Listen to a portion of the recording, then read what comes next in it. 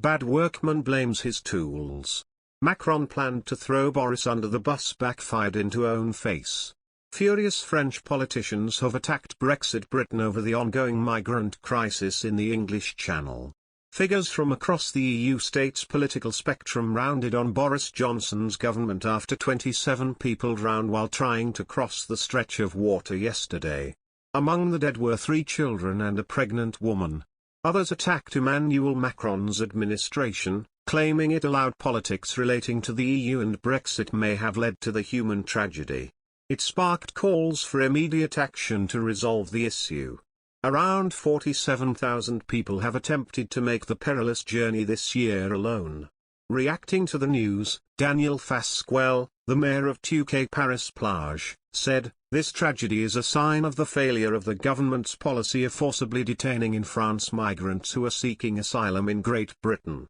It is not for lack of having alerted the President of the Republic and the Prime Minister on several occasions to the risks these migrants, desperate to reach Great Britain, were taking. A situation that has continued to worsen while the only response of the French government has been, until now, to ask for more and more money from the British to prevent the migrants from passing through Calais.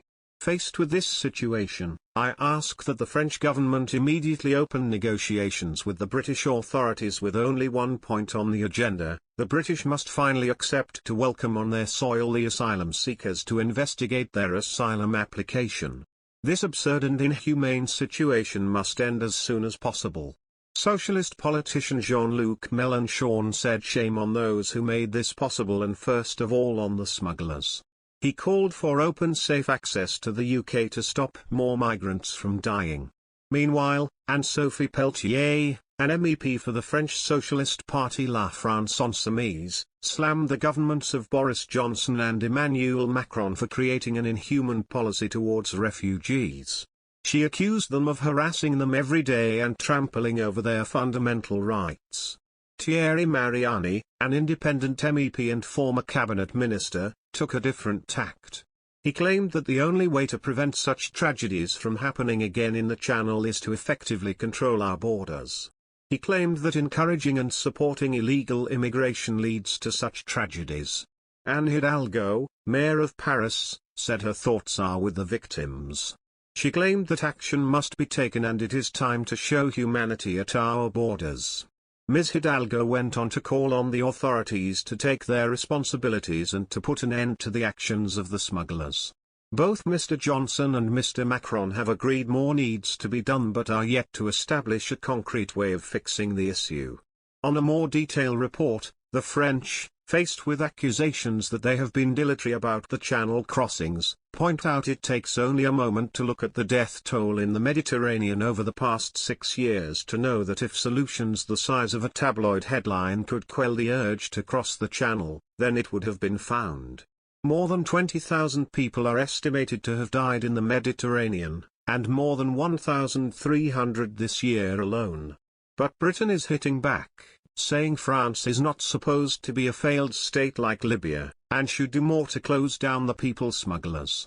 London has in the past threatened to cut financial support for France's border policing if Paris fails to stem the flow of people. The French, in turn, complain that the UK, bereft of identity cards, oversees a labour market into which people can readily blend invisibly. Faced by this labour market, French opposition politicians, but not yet the government itself, are questioning the Le Touquet Agreement, the bilateral treaty that allows British border force officers to carry out passport checks in France, and vice versa. The French National Consultative Commission on Human Rights recently said its terms make France the police arm of British migration policy.